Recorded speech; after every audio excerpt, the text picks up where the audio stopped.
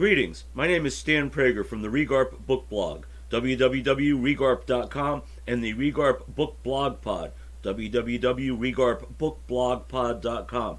Today's podcast features my review of At the Heart of the White Rose, Letters and Diaries of Hans and Sophie Scholl, edited by Inge. How can we expect righteousness to prevail when there is hardly anyone willing to give himself up individually to a righteous cause? Such a fine sunny day, and I have to go. But what does my death matter, if through us thousands of people are awakened and stirred to action?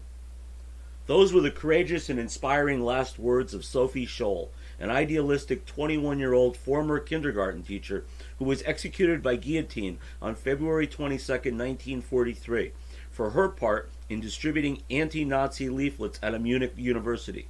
Her 24-year-old brother Hans, a medic recently returned from the Russian front, who along with Sophie and a small circle of other young German intellectuals styled themselves members of the White Rose resistance, met the same fate that day.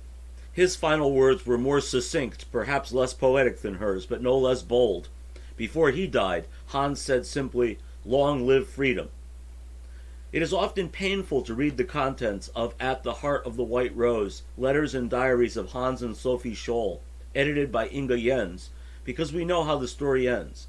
But their twin stories are no less beautiful to experience through this collection of letters and random diary entries that cover several years leading up to their untimely deaths.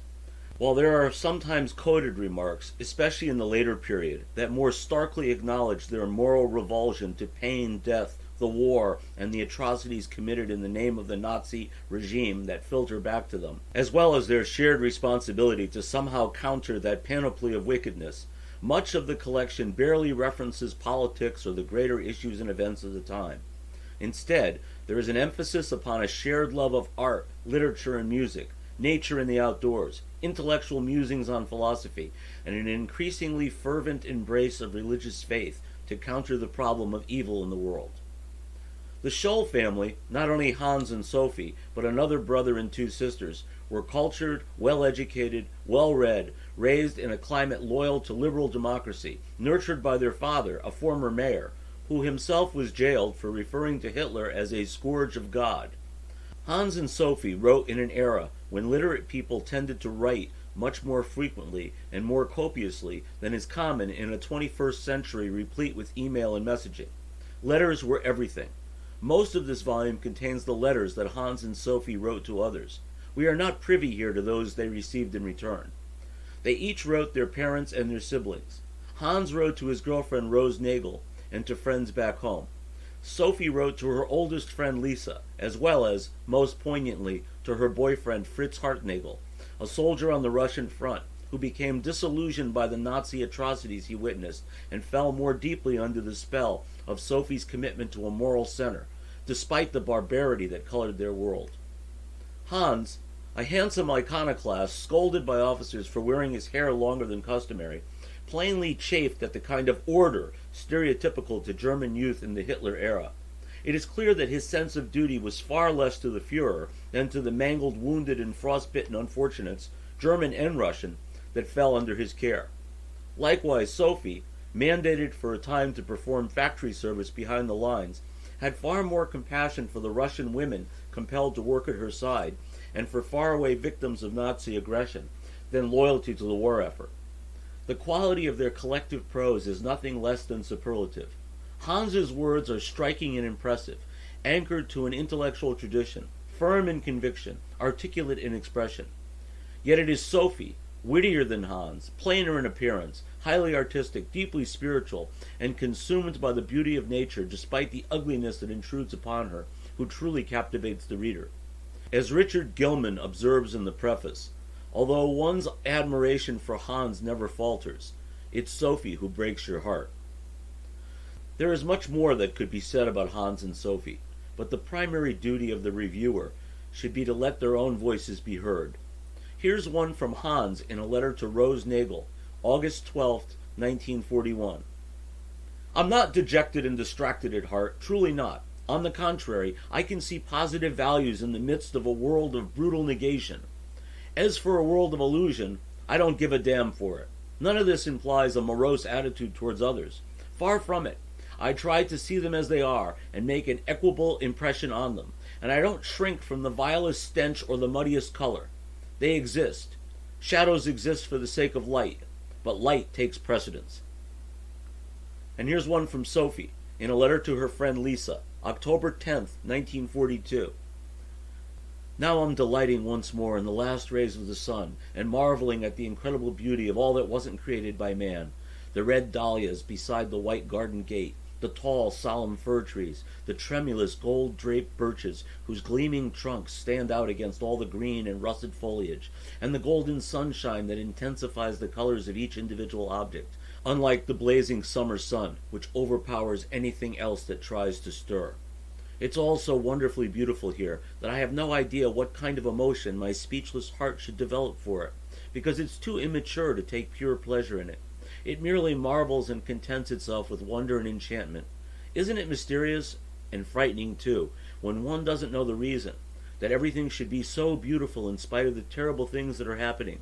My sheer delight in all things beautiful has been invaded by an inkling of the Creator. That's why man alone can be ugly, because he has the free will to disassociate himself from this song of praise. Nowadays, one is often tempted to believe that he'll drown the song with gunfire and curses and blasphemy, but it dawned on me last spring that he can't, and I'll try to take the winning side. Here's another from Hans in a letter to his parents, March 18th, 1942. The mail I get here is very irregular. I really sympathize with the Gestapo, having to decipher all those different handwritings, some of which are highly illegible. But that's what they're paid to do. And duty is duty, gentlemen, isn't it? Another batch of casualties arrived here yesterday from Russia. The demands on us differ from those involved in opening other people's letters and prying around in them. I wonder if those gentlemen would be courageous if they had to slit open dressings sodden with pus and stinking to high heaven. It might upset them, I fear. And a final one from Sophie, in a letter to Fritz Hartnagel, October 28, 1942. I've never ever believed that anyone thinks it is good for a weak country to be attacked by a powerful army. Even the worst of men won't regard that as a good thing. The supremacy of brute force always implies that the spirit has been destroyed, or at least banished from view. Oh, those lazy thinkers with their sloppy notions of life and death. Only life engenders life. Or have they seen dead women give birth to a child? Or what about a stone, which can't be denied a semblance of life, since it exists and has a fate of its own? Have they ever seen one reproduce itself? They have never reflected on the absurdity of the proposition that only death engenders life, and their urge for self-preservation will lead to their self-destruction. The writing quality reflected in these excerpts is typical of much of the collection.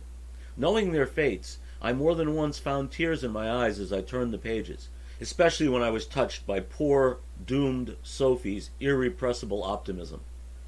Full disclosure, I inadvertently obtained At the Heart of the White Rose through an early reviewers program because I carelessly skimmed the description. I expected to receive a history of the White Rose movement, rather than some 300 pages of primary sources. Still, bound to a strong obligation to read and review books that come to me via this program, I persevered. The hours I spent alone with Hans and Sophie made me so very grateful that I did.